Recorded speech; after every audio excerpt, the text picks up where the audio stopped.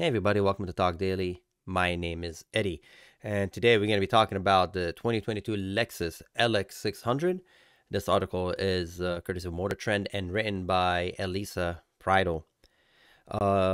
Seems that Motor Trend are not too happy about the SUV. They're saying this is a work in progress, as they said in their, as I quote in the title, 2022 Lexus LX600 first drive, a big SUV, work in progress. I will have the link to the article in the description below, as always, for you guys to go check it out.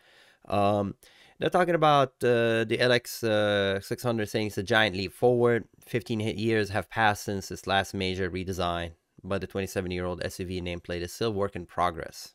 The fourth generation of the luxury brand SUV flagship expand to 5 trim level, but Lexus may have stretched itself a bit thin in bid to appeal to wider swath of potential buyers, at least in the LX600 first model year on the new platform. I mean, that's their statement, that's their opinion. Let me know if you agree with it or not. I believe people who buy this vehicle, they're just looking, they like the Lexus brand, and they just want the space, they want the volume of the vehicle. That is just my opinion. A lot is asked of the 2022 Lexus LX600 that goes on sale this quarter, with Toyota decision not to offer the 300 series Land Cruiser in North America. Again, this is a subject of its own, but I'll just give you the gist of it. The reason Toyota is not offering the 300 series Land Cruiser in North America, because basically a bunch of accountants and very smart, brainy people sat down and they came up with the idea that it's not profitable.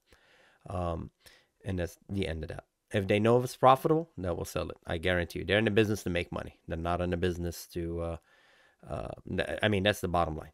Anyway, the lower trim level of the Lexus LX600 must pick up these loyal orphans. They're calling them orphans, you know, people who have wanted to buy the Land Cruiser, but it's not available. It's just the way they're writing it. Anyway, so they don't jump into another automaker brand. I don't think so. People who like the Land Cruiser usually like the Toyota brand. At the other end of the spectrum, of course, people will change. I'm just saying in general. But I'm not a... Yeah, I'll stick by that statement. You know what? I'll stick by that statement. If you buy in Land Cruiser, you usually like Toyota. I don't think they're going to move away from Toyota. They might not get a Lexus, but who knows? Anyway, the other end of the spectrum, the new LX600 Ultra Luxury trim is a 4-passenger VIP treatment SUV. Then there is the heart of the market, where the majority will buy a mid-trim 3-row LX600, including those who want a sportier look and more off-road capability with the new F Sport trim. And I could see that. You want to go off-road in your Lexus?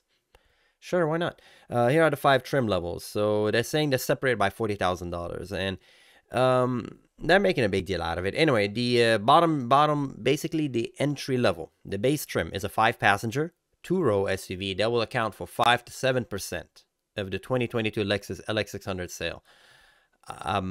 How did I come up with that? Again, I think that's those are the same people who told you 300 series Land Cruiser in North America is not going to be on sale. Those guys, the people who sat down and they eventually come up with a pie chart and all this stuff and saying 5 to 7%. That's very wow. That's amazing. The fact they already know, they pre-predict the future, but they're good at it. Anyway, I don't know. I personally, I have no idea how they know only 5 to 7% of people are going to buy this vehicle. Anyway, it is what it is. So it's saying it starts at $88,245. The premium, new F Sport, and luxury trims, they go from 96, 102 to 104. So the F Sport, the one that you want to go off-roading in, is about 102. When some change, 102 and 345, and this is MSRP. And the luxury is 104, and then they have the ultra luxury. That's the one that's 127, 345. And remember, this is starting. You can also add optional extra. And ultra luxury is a 2-row, 4-passenger SUV with reclining captain chair in the 2nd row. Anyway, so moving on with the price, to attract more diverse customer base and continue to meet the need of the loyal LX customer, as well as those moving up from the Lexus GX. The 2022 Lexus LX has moved to Toyota's GAF platform, which also underpins the 2022 Toyota Tundra full-size pickup truck and the 2022 Land Cruiser offered elsewhere in the world. So it's basically a Land Cruiser underneath. And the Sequoia. It makes sense. I mean, all these cars share a common DNA between each other. They share this common platform, the GA-F platform. Dynamic new platform is a big leap. They're saying that the platform was developed in Japan and the engineers are ready to ditch the aging platform for the one that allows them to make the 22 Lexus lighter with lower center of gravity and more dynamic ride. And the GF architecture also accommodate new powertrain with its ability to add electric motor for a hybrid in the future. I think that's the one you want to buy, the hybrid. Um, it's just, to me, it makes sense to have the hybrid. It gives you a lot of potential. Why just not have it? They have the diesel, but it's not going to be available in North America. Again, I think due to emission. Well, I know it's due to emission. The new LX600 has the same powertrain as found in the Toyota Land Cruiser and Tundra. A 3.4-liter twin-turbo V6 that generated 409 horsepower and 479 foot-pound of torque in the Lexus. Toyota makes it as a 3.5-liter V6, but actual displacement is 3,445 cubic centimeter or 3.4-liter. Yeah, because if you look at a significant figure, if it's 3.59, you could round it off, but you're not going to round off a 3.4. I mean, 4 to a 5, the 5. Yeah. So I don't know why. I don't know what's the deal with this, but again, the engineers have their reason to. It is what it is. Technically it's a 3.4. Anyway, the 8-speed automatic transmission is replaced by a 10-speed, and that basically is the modern thing. If you guys don't know, it's always about the transmission. The engines are pretty much been engineered to the point where we're improvement is marginal, but transmission is a lot of thought and process goes in transmission, and transmission improves a lot. The ride, the quality, the fuel, the MPG, everything, mile per gallon. Anyway, fuel economy is improved to 17 combined, 22, where is it? I mean, 17, 22, 19, and that's 17 is the city, 22 is the highway, and 19 combined. It's a big car. It's a big car. So you're not really gonna get amazing mile per gallon, again, because they don't have the hybrid yet. With the hybrid, you probably see better numbers, and they're saying it's far better than the older model. The older model gave you worse mile per gallon. The older model gave you 12, 16, and 14, much lower. All trims of a 2022 Lexus LX600 can tow up to 8,000 pounds, which is 1,000 more than the 2021 model, with wiring component integrated into the platform. No bolt-ons here. For comparison, the Lexus LX600 has higher output, but tows less than the Tundra. Better is lighter. Talking about the weight, the vehicle dropped 441 pounds. The aluminum roof is the first for Lexus, which means a little less weight to haul around. It still feels like a large vehicle when you drive it, with heavy steering and sense of the mass around you, but acceleration is smooth and ample in all driving condition. There's still body roll, and the suspension soaks up most of road impurities. It is only on specially rough pavement that you are reminded you are in a body-on-frame truck. Inside the cabin is quite cocoon-like. Experience Lexus is known for. It is body on frame on truck. If you don't know what that is, basically you have the frame where all the suspension component bolted on, where the transmission engine bolts on, and then you have the frame. The car goes on top of it. It's an old school design, but it works, and it's very a lot of vehicle use, especially like SUVs and trucks. Adaptive cruise control is easy to find and use. Lane centering can be a bit abrupt in its correction at times, but for most of our drive, it kept the vehicle evenly and unevenly centered, never coming close to the painted lines or crossing out of lane. Lexus Safety System Plus at 2.5 is standard on all trims and adds lane departure with driver assist, courtesy of upgrade to electric power steering. The safety suite is not quite as advanced as the 3.0 system on the 2022 Lexus NX, which has a digital key and remote park. Higher trims of LX have standard heads-up display, and Ultra Luxury has a digital rear view mirror. The digital rear view mirror, this is going to be the thing that's going to be standard on all cars. That's what we're getting to this point. Digital rear view mirror. The old days when that's going to be gone. You're not going to be adjusting your mirrors anymore. And they're talking about the grill, the way it looks at the grill. They're saying the grill is massive and remains a subject of debate. People tend to love it or hate it. Then you have Sport notable for this giant black mesh front grill that meant to provide sportier look. It looks is looks. There's nothing for me to. I don't really like to talk too much about looks because what is there to say? I mean, I'm gonna tell you how do you like something. No, you like what you like, and that's how it should be. All about the seating. Except for the ultra luxury cabin chair, the other trims have second row bench seat with seat belt for 3, but the middle passenger space is narrow. Lexus produced plans are looking for adding captain chair in future trims, but it seems like an early miss for a luxury flagship vehicle. Again, my top tip advice for this vehicle: hold off until they have the hybrid. Until they introduce the hybrid electric assist, and because they're probably going to work on all the kinks in this car. Okay, every time they manufacture a brand new car, it's usually the first trim has the engineer kind of learn, what the customer want, or they realize maybe some errors with their waves, because it's just the way it is. And usually I'll probably wait for the hybrid. Anyway, moving on. Lexus product planners are looking to add in captain chair. The seats are heated and ventilated with a manual lever for the 60/40 split. Good news, the third row seat folded to the floor, a huge improvement over the outgoing model where the seats were pushed to the side of the cargo area. I agree.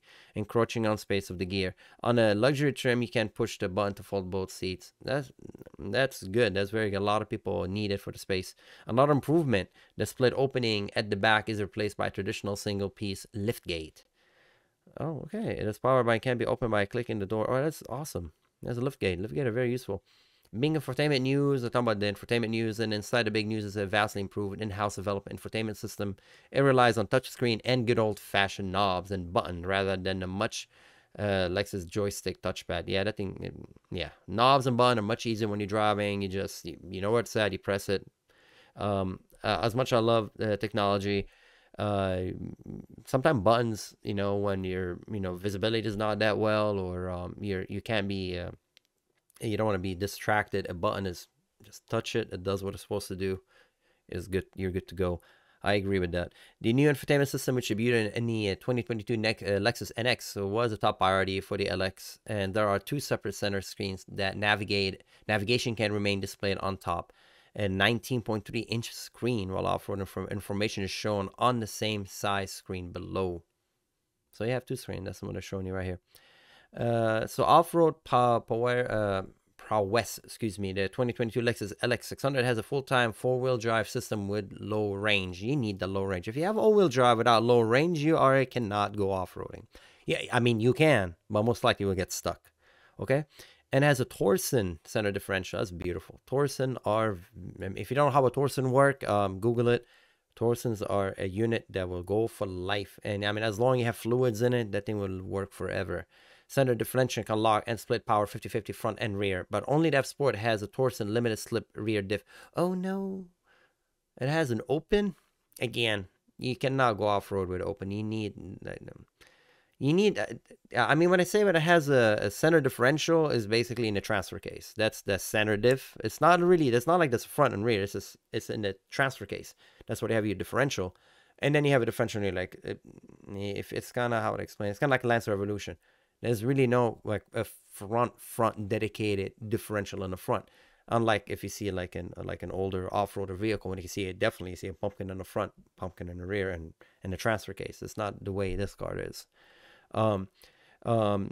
So yeah, if you're buying that car, you need that rear diff. I don't think you can get it built by Toyota, but I would definitely tell them, get me that rear locking rear diff. I need that. Whether you're gonna go off-roading or not, you need that.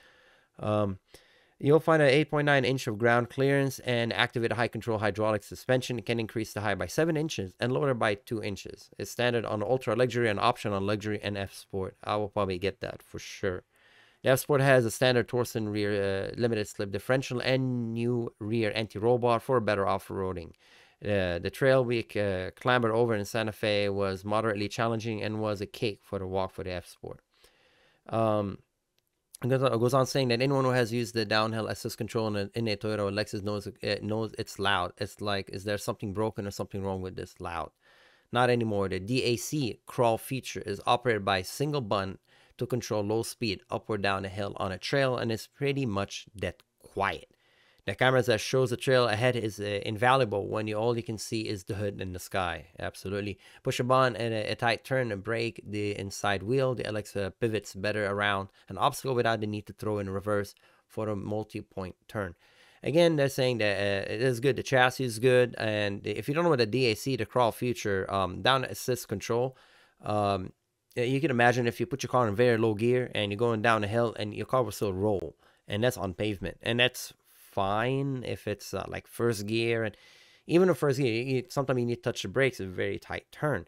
Well, when you go on off-roading, you might just all you want to do is just literally crawl, just have the wheel just basically just turning. You're not going this speed. Okay, this is not what you want to do, because you can run into a rock, you can run to God knows what, any obstacle in front of you is very hazardous. So you do want to crawl, but how are you gonna crawl without the brakes? And you can't put your foot constantly on the brake, because as you know, you will overheat them. The friction will overheat it.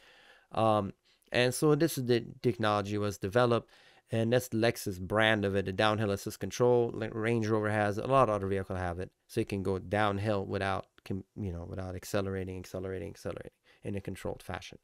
And I'm glad they fixed it. It's not as loud. I didn't get a chance to use it. Ultra Luxury for a VIP experience. The 2022 Lexus LX600 Ultra Luxury has a diamond stitch pattern leather interior with chrome, Marcus Wade headliner, and a Mark Levinson stereo.